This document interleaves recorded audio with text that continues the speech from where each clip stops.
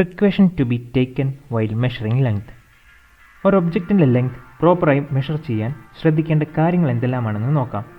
ഏത് ഒബ്ജക്റ്റിൻ്റെ ലെങ്ത് ആണ് മെഷർ ചെയ്യാൻ പോകുന്നത്, അതിനോട് ചേർന്ന് അതിൻ്റെ ലെങ്തിന് പാരലായി വേണം മെഷറിംഗ് സ്കെയിൽ പ്ലേസ് ചെയ്യാൻ.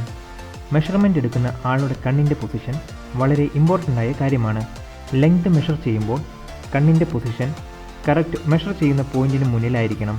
എല്ലായ്പ്പോഴും ആക്യുറസി കൂട്ടാൻ മെഷർമെൻറ്റിന് യൂസ് ചെയ്യുന്ന ഇൻസ്ട്രുമെൻറ്റ് പെർഫെക്റ്റ് ആണെന്ന് ഉറപ്പുവരുത്തുക. മാസിനെ നമുക്ക് ഇങ്ങനെ ഡിഫൈൻ ചെയ്യാം. ഒരു ഒബ്ജക്റ്റിൽ അടങ്ങിയിരിക്കുന്ന മെറ്റീരിയലിൻ്റെ അളവാണ് അതിൻ്റെ മാസ്. മാസിൻ്റെ ബേസിക് യൂണിറ്റ് കിലോഗ്രാം ആണ്. ഇതിനെ നമുക്ക് kg എന്നും സിമ്പിൾ ഉപയോഗിച്ച് ഡിനോട്ട് ചെയ്യാം.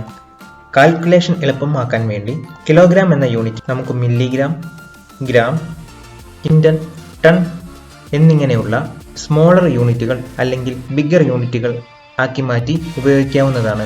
ഇതെങ്ങനെയാണെന്ന് നോക്കാം. ഒരു മില്ലിഗ്രാം എന്ന് പറയുന്നത് 1/10 lakh കിലോഗ്രാം ആണ്. ഒരു ഗ്രാം എന്ന് പറയുന്നത് 1/1000 കിലോഗ്രാം ആണ്. ഒരു ക്വിൻ്റൽ എന്ന് പറയുന്നത് 100 കിലോഗ്രാം ആണ്.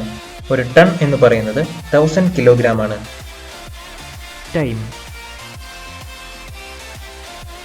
ടൈമിൻ്റെ ബേസിക് യൂണിറ്റ് എന്ന് പറയുന്നത് സെക്കൻഡാണ്. 60 സെക്കൻഡാണ് ഒരു മിനിറ്റ്. 60 മിനിറ്റാണ് ഒരു മണിക്കൂർ. 24 മണിക്കൂർ ചേർന്നതാണ് ഒരു ഡേ. Solar day. ഒരു നൂൺ തൊട്ട് അടുത്ത നൂൺ വരെയുള്ള ടൈം പീരീഡിന് പറയുന്ന പേരാണ് 1 സോളാർ ഡേ.